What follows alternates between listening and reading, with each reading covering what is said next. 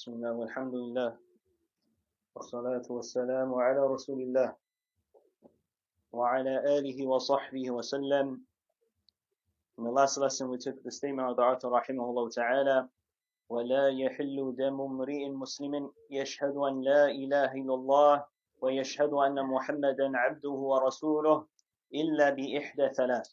So the statement of the author rahimahullah ta'ala, he said that the blood of a Muslim is not lawful, is not permissible, and the Muslim is the one who testifies that nothing has a right to be worshipped except for Allah subhanahu wa ta'ala, and that Muhammad is his slave and his messenger.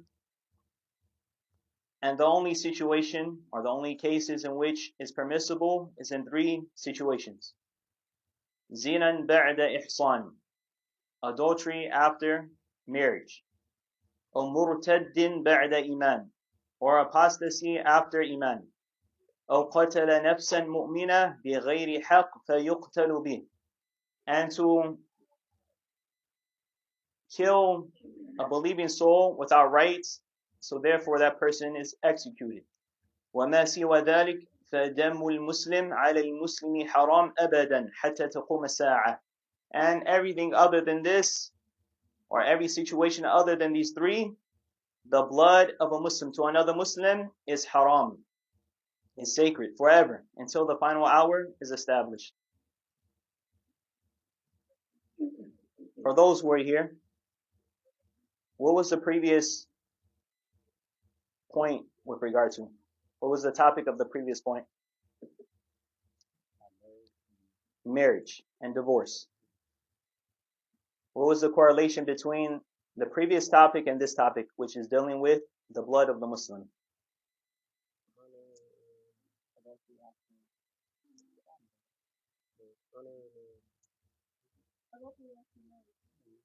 What's the connection? What's the connection between marriage and adultery and the blood of a Muslim? The previous lesson was pertaining to divorce, and before that was pertaining to marriage. This lesson is with regard to the blood of a Muslim. Sheikh Saleh al-Fawzan, he said there's a connection between these topics. So what's the connection? Al-Irq. That's one of them. Islam, it came to preserve the honor of the Muslim as well as the blood. So there's a correlation. Islam came to preserve certain things, and from amongst these affairs is the blood of a Muslim and his honor. We mentioned al-qisas, this retribution that is taken with regard to the individual who kills another person. A person who takes the life of another believer without rights. What was the hikmah? What's the wisdom behind it? The retribution, al-qisas. Huh? The brother is saying that it's to deter other people from doing it. Na'am. That's the ultimate goal. And the Shaykh, he mentioned the verse, وَلَكُمْ فِي الْقِصَاصِ حَيَاةٌ. Na'am. In retribution there is life. By executing the mujrim, right, the criminal, the one who has killed a person, or in some cases multiple people, by executing that person, that is a reason that's going to spare other people's lives. And the Shaykh, he mentioned, right, and we know from living here in this country, there are people who say that the death penalty, it should be abolished. They did it already in about 23 states or so, right? They say that this is not humane. What was the response to that? Now, these people, they always, they scream and they yell human rights at the top of their lungs, but what about the person that was killed? Right? The person that lost his life for absolutely no reason. So this is the response. The same way they feel like the criminal, the mujrim, has this right, to just live and survive after his crime. The person who the crime was done against, he has more right. Where's the humanity for him? So this is the response. The third category that was mentioned, we're going to take that tonight, bi'idhnillah, وَالثَّالِث مِنَ الَّذِينَ يُبَاحُ دَمُهُمْ الثَّيِّبُ الزَّانِي. So the third category from whom those whom their blood is permissible or lawful, الثَّيِّبُ الزَّانِي. الثَّيِّبُ الزَّانِي. وَالثَّيِّب هو الذي وطئ امرأته في نكاح صحيح. الثَّيِّب, we'll just keep it like that in Arabic, is the person who had intercourse with his wife in a valid marriage. And a person was married, right? It was a legit marriage. He had intercourse. فَإِذَا زَنَى فَإِنَّهُ يُرْجَمُ بِالْحِجَارَةِ حَتَّى يَمُوتِ. So if a person commits, we will say adultery, after that, he is to be stoned to death until he dies. So with regard to this issue, we've taken this issue before, but this is good for review. There are two ways by which a person is, it's established that a person committed fornication or adultery. There are two ways. What are the two ways? The first, 4 witnesses. They have to be males. They have to be men. They have to be men. And they have to see the act taking place. Alright? So if a person, for example, there's 3 people, and they don't have 4, what happens?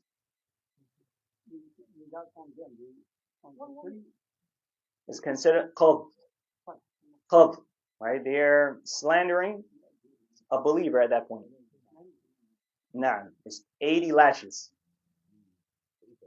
for each of them. 80 lashes. So this shows, the sanctity of people's honor, right? Even if they really saw the act taking place, but they didn't have that 4th witness, they're to be lashed 80 times. And the likelihood of this taking place is very, very, very rare. Some actually have mentioned that this is only taking place one time in Islam, right? And it was amongst the Yahud. And Allah subhanahu wa ta'ala knows best. But the likelihood of it happening is very rare. There's another situation before we mention that. There's an exception to this rule with regard to the person coming with 4 witnesses. And they each testify that they saw a person committing fornication or adultery. What's the exception?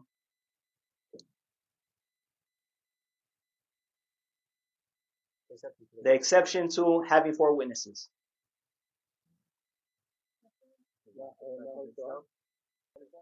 Huh? La. Nah. So if a person, the situation is this. A person, a'yadhu billah, may Allah protect all of us, he walks in to his house and he finds his wife committing adultery. Alright, has this happened? Yes, it happened in the time of the Prophet ﷺ. In this situation, he doesn't need 4 witnesses. What happens is that he has to swear by Allah subhanahu wa ta'ala 4 times that he's speaking the truth, that he saw his wife committing that. On the 5th oath, he incurs, or rather he asks or implores that the curse of Allah be upon him if he's lying. Alright? What does the woman do? She can either do the same thing, or she can say he's speaking the truth. If he spoke the truth and she acknowledges it, then the prescribed punishment is to be established against it. But if she says he's lying, she does the same thing. She swears 4 times that he's lying, and on the 5th oath, she asks that the curse of Allah be upon her if she's lying. After that, what happens? They are separated forever. Forever. It's not like the situation of a man that divorces his wife 3 times, and then she remarries someone else, and then he divorces her, and then, no, it's there. That's it. Forever. Forever. So it's something that's very serious. The other situation in which zina is established is al-i'tiraf. A person acknowledges it. So we mentioned the story of Ma'iz ibn Malik and al-Ghamidiyya, right, 2 companions that both committed adultery. So in the time of the Prophet ﷺ, For those who know the hadith, it's a long hadith, but Ma'iz ibn Malik, he came to the Prophet ﷺ, and he told the Prophet ﷺ to purify him. This happened for how many times? 3 times. In the hadith, there's different wordings of the hadith. In some wordings, it mentions the Prophet ﷺ turned away. Right, this happened for 3 times. It happened 3 times. On the fourth time, he said, what should I purify you of? And then he professed, or he acknowledged, that he committed adultery. And then in some narrations, because it's different narrations, the Prophet ﷺ went as far as to ask a person to smell his breath. Why? To see if he was drunk. Right? To see if, maybe he was intoxicated and he didn't know what he really was saying. And in other narrations, the Prophet ﷺ, he asked him, perhaps you kissed her, maybe you just looked at her. Right? He's almost making like a leeway out for him from the situation. Maybe you did this, maybe you winked at her, you did this, right? And he said, no, I committed the act. So afterwards, he was stoned to death. Another issue comes up, and sometimes people, they ask this question, right? Because we know when it comes to this issue, you have to either acknowledge it or you have to have 4 witnesses, except in the situation of a male or a husband testifying against his wife. It might sound funny, but people have asked this question. What about if a person takes a picture or a video of a person doing the act, and, they're in a Muslim country, of course, and they say that so-and-so committed adultery or so-and-so committed fornication. Is that considered proof and evidence? He said no. We're going to bring that up. No. All right, so the answer, or the Sheikh Saleh Fawzan, he was asked about this. He said, or he was asked, هل التصوير تصوير الزاني والزانية يقوم مقام الشهود الأربعة. So we could say taking a picture, or even videotaping, or taking a video, taking a picture of the male and the female committing fornication or adultery. Does this take the place of 4 witnesses? فأجاب لا يجوز التصوير. This is the first thing. The first thing he said, making pictures is not permissible. I've mentioned this issue so many times. I'm sure people, they get tired of hearing this, but a tasweer of things that have a soul, human beings, animals, is not permissible. Selfies. That's the first thing that he mentioned. أولا التصوير haram. That's the first thing. The Prophet ﷺ said in the hadith that's in Sahih Muslim, إِنَّ شَدَّ النَّاسِ عَذَابًا يَوْمَ الْقِيَامَةِ الْمُصَوِّرُونَ. The people who are going to have the most severe punishment on the Day of Judgment will be those who take pictures. Naam. So that's the exception. That's the exception. With regard to passports, ID, the license, those are necessities. We're talking about people just taking unnecessary pictures, which people do. Alright, that's the first thing. At the end of class, I want to mention another hadith that's even more explicit with regard to the prohibition, inshallah. But the first thing is, he says, التصوير لا يجوز. It's not permissible. ثانيا لا يتخذ التصوير بينة ويحكم به على صاحب الصورة. هذا لا يجوز. The second issue is that using a picture, right, in this type of situation, the scenario of a person who's, supposedly committing the act, is not considered proof. It's not bayyinah. هذا لا يجوز. He said this is not permissible. الإسلام مبني على الستر. Islam is built upon what? Covering people's faults. Covering people's sins. وعلى درء الحدود ما استطاع الواحد أن يدرأها. And also to avert, the punishments, the prescribed punishments, when it's possible for a person to do so. Like in the hadith that we just mentioned of Ma'iz ibn Malik, the Prophet ﷺ gave him 3 chances to go back. He told him, irji'. He told him, go back. If he had stopped after the second time, or he didn't come back after the third time, he would have been good. So Islam is a religion that's built upon concealing people's faults and sins. مبني على الستر وعلى حفظ الأعراض. It's built upon concealing sins and faults and the honor of people. And as a little brother Umar right here, Hafidhahullah, he mentioned, it's so many ways that people can alter pictures. It's very easy. Now, especially with ChatGPT, all of the different AI apps that are out there. Wallahi, what I've been seeing recently, wallahi, it makes you even dislike, the modern day technology even more so, is that you see some people, they use some type of program. I think it's the AI, and they have a person, look like a real person. They're saying it's Saud al-Shuraim, right? Who used to be the Imam in the Haram, or it's Sudais, or it's Mahir al-Ma'iqali, or one of the Imams in the Haram in Mecca. But when you look at the face, you can tell that's not really them. There's, a little difference. It's only maybe like 10% difference. You can tell by the face it's not really them. So a person can take modern day technology and say that's so and so committing the act.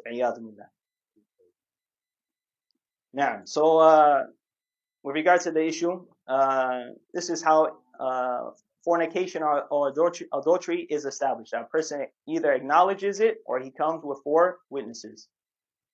So the Shaykh, he says, Shaykh Salih, فهذه هي الأمور التي يستباح بها دم المسلم.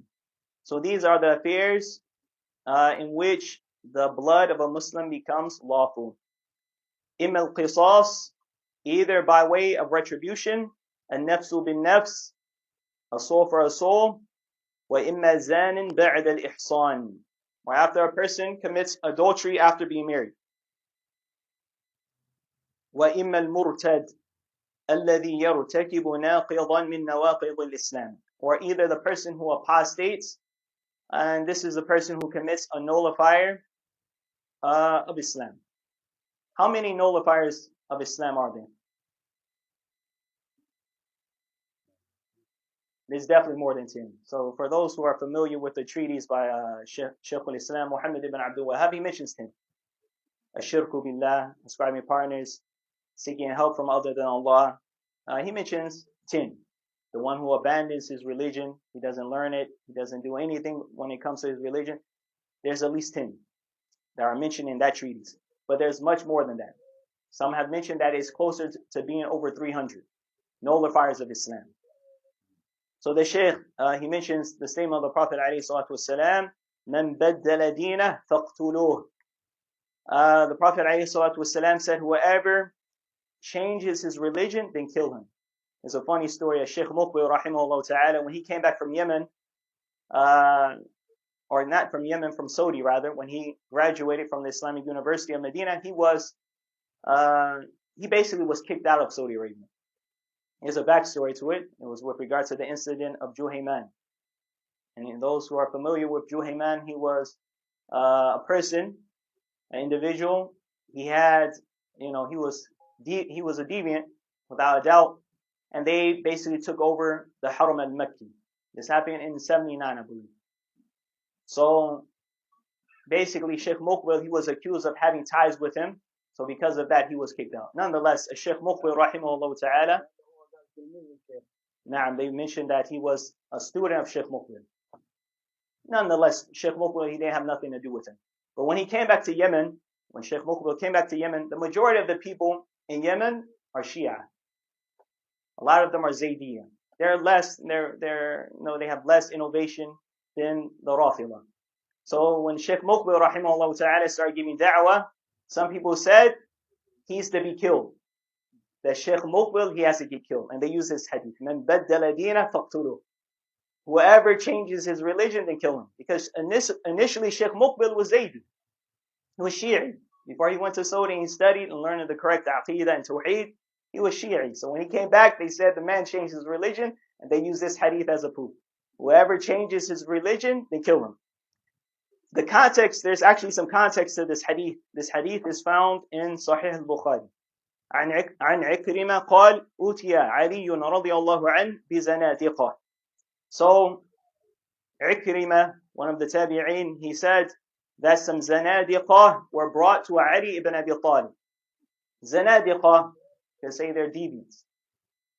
And when you go back to the actual narration or the explanation of this particular narration, what's intended by zanadiqah or as-Saba'iyyah. As-Saba'iyyah. Who are as-Saba'iyyah? They are attributed to Abdullah ibn Saba. Right? He's the one who started the Shia. Abdullah ibn Saba. So these people, they deified Ali. Radiallahu anhu. They said he was a deity. They said he was a god. فَأَحْرَقَهُمْ.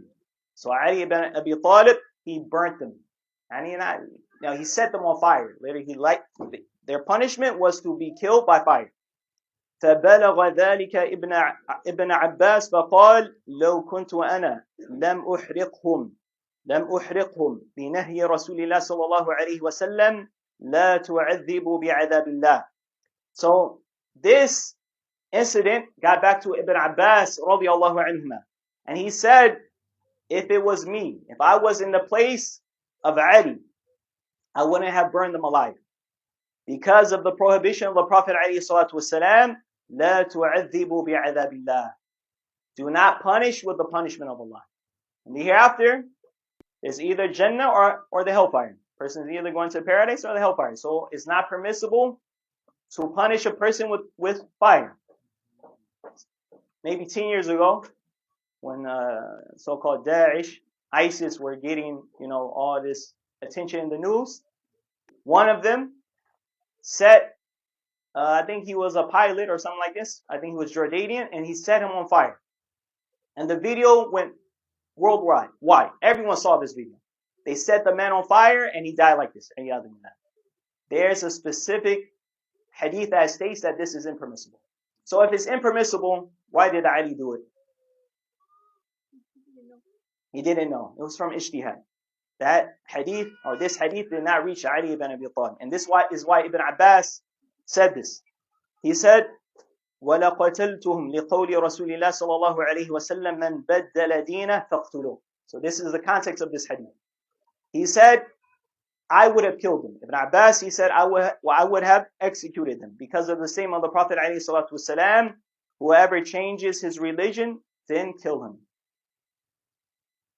وفي الحديث, Shaykh Fawzan, he says, وفي الحديث وَالتَّارِكُ لِدِينِهِ الْمُفَارِقُ لِلْجَمَاعَةِ. The one who abandons his religion and the one who departs or he separates himself from the jama'ah. وفي هذا رد على الذين ينكرون حد الردة مستدلين بقوله تعالى لا إكراه في الدين. So in this is a refutation against those who disapprove or they reject the prescribed punishment for the one who apostates. And they use as a proof and evidence the statement of Allah, لا إكراه في الدين. There's no compulsion in religion. وهذا الاستدلال خطأ. Using this verse as a proof and evidence is not correct. What's the reason? The people who say that the prescribed punishment for the one who apostates from the religion, which is what? To be executed, should not be applied. They say the verse, لا إكراه في الدين, there's no compulsion in religion. This is the proof that they shouldn't be executed.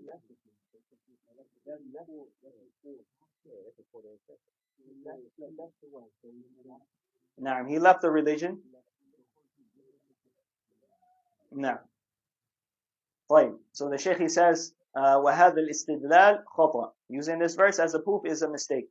لأن قتل المرتد ليس الغرض منه الإكراه على الدين.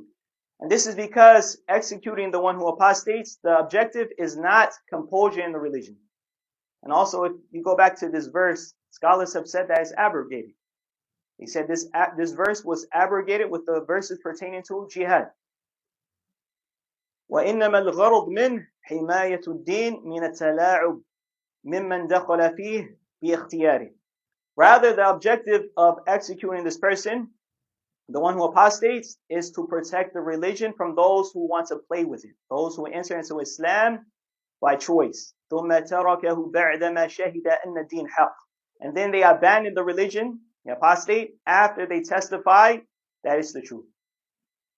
One time, I was in Walmart.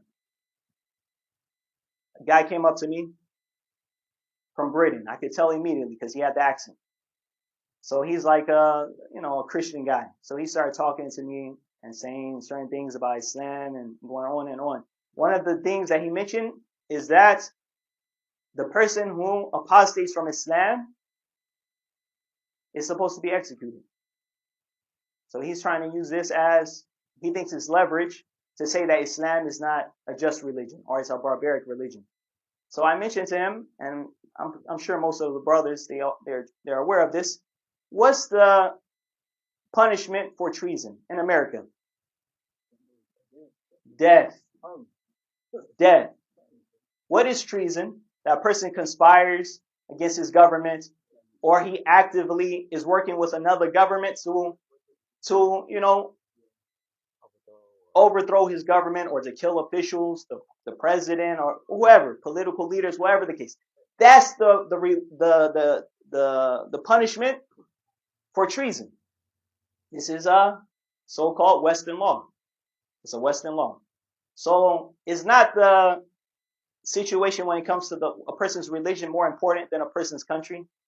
What's more important? A person's religion or a person's country? A person's religion. It's way more important. So if you have an issue with the fact that the murtad, the apostate, is to be executed, then you must have an issue min babi awla. Even more so the case with your law. Because it states that, like the guy Snowden that released all that information stating that, this government was spying on people and, it made it very clear he had to flee to Russia. But based upon their law, he's supposed to get the death penalty. A lot of times, what do? They put them in prison instead. But that law is there. That's the shahid. That's the point. So this is the objective. This is why the person who apostates is to be killed. So that people don't play with the religion. The statement of the author, rahimahullah ta'ala, قوله وَلَا يَحِلُّ دَمُ امْرِئٍ مُسْلِمٍ يَشْهَدُ أَنْ لَا إِلَهَ إِلَّا اللَّهِ. It's not, or the blood of a Muslim is not lawful.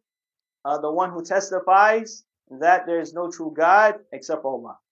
Al-Muslim huwa alladhi yashhadu an la ilaha illallah wa anna Muhammadan Rasulullah. This is a Muslim. The one who testifies that nothing has a right to be worshipped except for Allah and that Muhammad is his messenger. لكن لا بد مع الشهادتين من العمل. However, in addition to this, in addition to the shahadatain, a person has to do action. بأن يقيم الصلاة ويؤتي الزكاة ويصوم رمضان ويحج البيت من استطاع إليه سبيلا. Person has to fast, has to pay the zakah, he has to fast the month of Ramadan, perform hajj if he has the ability. لا بد من العمل. The person has to do action. قوله وما سوى ذلك فدم المسلم على المسلم حرام أبدا حتى تقوم الساعة. So everything other than this, then the blood of a Muslim to another Muslim is sacred. It's haram forever until the final hour is established. دم المسلم على المسلم حرام ولا يأتي وقت يباح فيه دم المسلم أبدا. The blood of a Muslim to another Muslim is haram. And there's not going to come a time when the blood of a Muslim is lawful. Never. اللهم إلا إذا اعتدى أو صال على الناس في بيوتهم أو قطع الطريق أو بغى على ولي الأمر أو غير ذلك فهذا يقتل دفعا لشره إذا لم يندفع شره إلا بالقتل. So the Shaykh, he says, except, and this is the exception from these three things that were already mentioned, except if a person transgressed against people in their homes, or he cut off the path, and he cut off the pathways. A person is like a highway robber, we would say. Person is sticking people up, for lack of better translation. Or he revolts against the Muslim leader, or other than this. He's to be executed to repel his evil. If his evil cannot be prevented except by execution. And the individual that I mentioned, Juhayman, who in the 79, when they took over the Haram al-Makki, this happened for about 2 weeks. Some people, this is actually not correct. They say that he claimed that he was the Mahdi. He actually didn't claim this. He claimed that his brother-in-law was the Mahdi, because his name was Muhammad ibn Abdullah al-Qahtani. Because those who know the Mahdi, right, the actual Mahdi, he has the same name as the Prophet ﷺ, and his father has the same name as the father of the Prophet ﷺ. So of course, Al-Juhayman couldn't be the Mahdi. His name wasn't Muhammad. His brother-in-law was Muhammad ibn Abdullah al-Qahtani. And he wasn't the Mahdi either. He wasn't the Mahdi either. But when this situation happened, this went on for about 2 weeks. And the main reason why it went on for this long is because killing someone in the haram is not permissible. It's not permissible. Alright? So the ulama at that time, Sheikh bin Baz, he was around, and the scholars, they issued a fatwa stating that these individuals are to be apprehended. And they were all those individuals who survived, they were all executed. So this is an example of what the Sheikh is talking about. These are people who are transgressing, and they are harming others in the most sacred place on the face of the earth. Just imagine this, a person, and it's different, if you, sometimes you hear in the news that someone kidnapped someone, or they're holding someone hostage. Imagine holding believers, some of whom are making umrah, and you're holding them hostage in the most sacred place on the face of the earth. Subhanallah. The hadith that I wanted to mention to end, and we go back to the issue that was mentioned with regard to a tasweer, as this hadith is found in Sahih al-Bukhari. عن عائشة رضي الله عنها أنها اشترت نمرقة فيها تصاوير. Aisha radiallahu anha, she narrated that she purchased a cushion that had some pictures. What type of pictures? Pictures that have a soul, living beings. فقام النبي صلى الله عليه وسلم بالباب فلم يدخل. The Prophet عليه الصلاة والسلام, he stood at the door, he didn't enter. In another hadith, it mentions that the Prophet عليه الصلاة والسلام was visibly angry. Aisha radiallahu anha could tell that he was upset. So she said, فَقُلْتُ أَتُوبُ إِلَى اللَّهِ مِمَّا أَذْنَبْتُ. So she said, I repent to Allah from the sin that I committed. Just looking at the Prophet ﷺ's face, she could tell she did something wrong. She said, I repent to Allah for the sin that I committed. قال ما هذه النمرقة. So the Prophet ﷺ said, what is this cushion? This cushion that has these images on it. قلت لتجلس عليها وتوسدها. She said, this is a cushion so that you can sit on and recline on. It shows that she had a good intention. Like, she didn't just bring this into the household to, cause issues or to try to commit a sin on purpose. Her intention was so that the Prophet ﷺ would have something to sit on and recline on. The Prophet ﷺ said, إِنَّ أَصْحَابَ هَذِهِ السُّوَرِ يُعَذَّبُونَ يَوْمَ الْقِيَامَةِ. The Prophet ﷺ said, the people who made these images, they're going to be punished on the Day of Judgment. What type of images was the Prophet ﷺ talking about? Were they 2D or 3D? 2D, of course. Do you think they actually look like the thing that they were supposed to be representing? Whether it was an animal or a person? Of course not. So the issue of photography is more applicable because you're capturing a person exactly as they look. يقال, the Prophet ﷺ said, يقال لهم أحيوا ما خلقتم. The Prophet ﷺ said, it's going to be said to these people who made these images, give life to what you have created. وَإِنَّ الْمَلَائِكَةَ لَا تَدْخُلُ بَيْتًا فِيهِ الصُّورَةِ. And then he said, the angels do not enter the home in which there is a picture. Another hadith, it says, in which there is a dog or a picture. So this is just another hadith that establishes picture making, whether you're drawing it, taking a photo. We have to understand, the issue of a tasweer, the majority of the scholars. There's scholars that have said that it's not considered, it doesn't fall under the prohibition. But if you were to be a person who actually follows the proof and evidence, not following desires or anything like that, then the mawqif of a Muslim, when it's especially when you got Shaykh ibn Baz saying it's haram, Shaykh al-Albani rahimahullah says it's haram. Rather, he said even the video is haram. He said it's worse.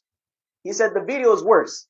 Shaykh Muqbil rahimahullah ta'ala says haram. Shaykh Fawzan says it's haram. You have many scholars that say it's haram. The best thing for a Muslim to do is to stay away from it. Unless it's a necessity.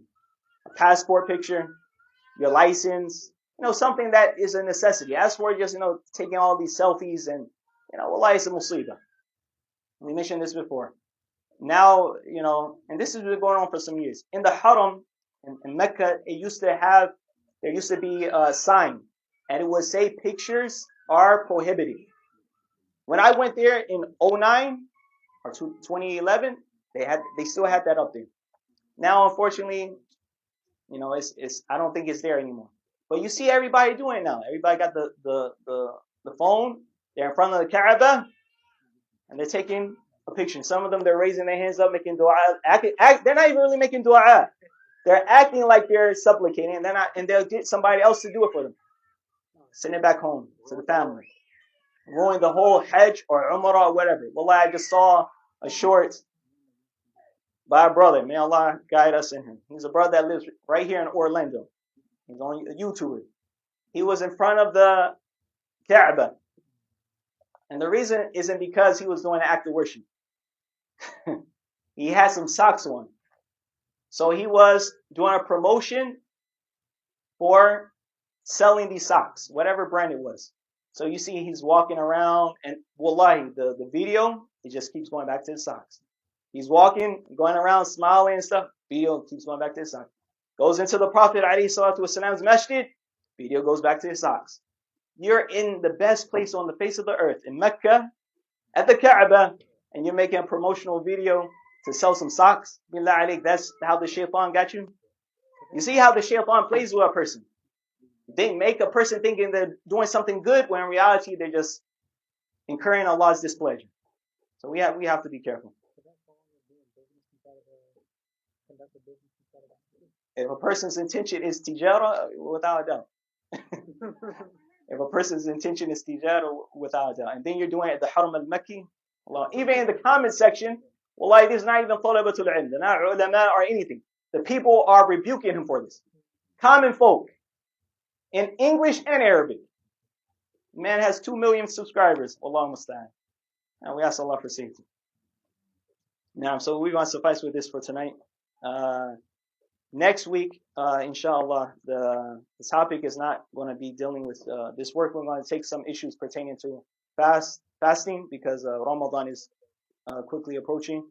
And we'll stop here. وَسُبْحَانَكَ اللَّهُمَّ وَبِحَمْدِكَ أَشْهَدُ أَنْ لَا إِلَهَ إِلَّا أَنْتَ أَسْتَغْفِرُكَ وَأَتُوبُ إِلَيْكَ.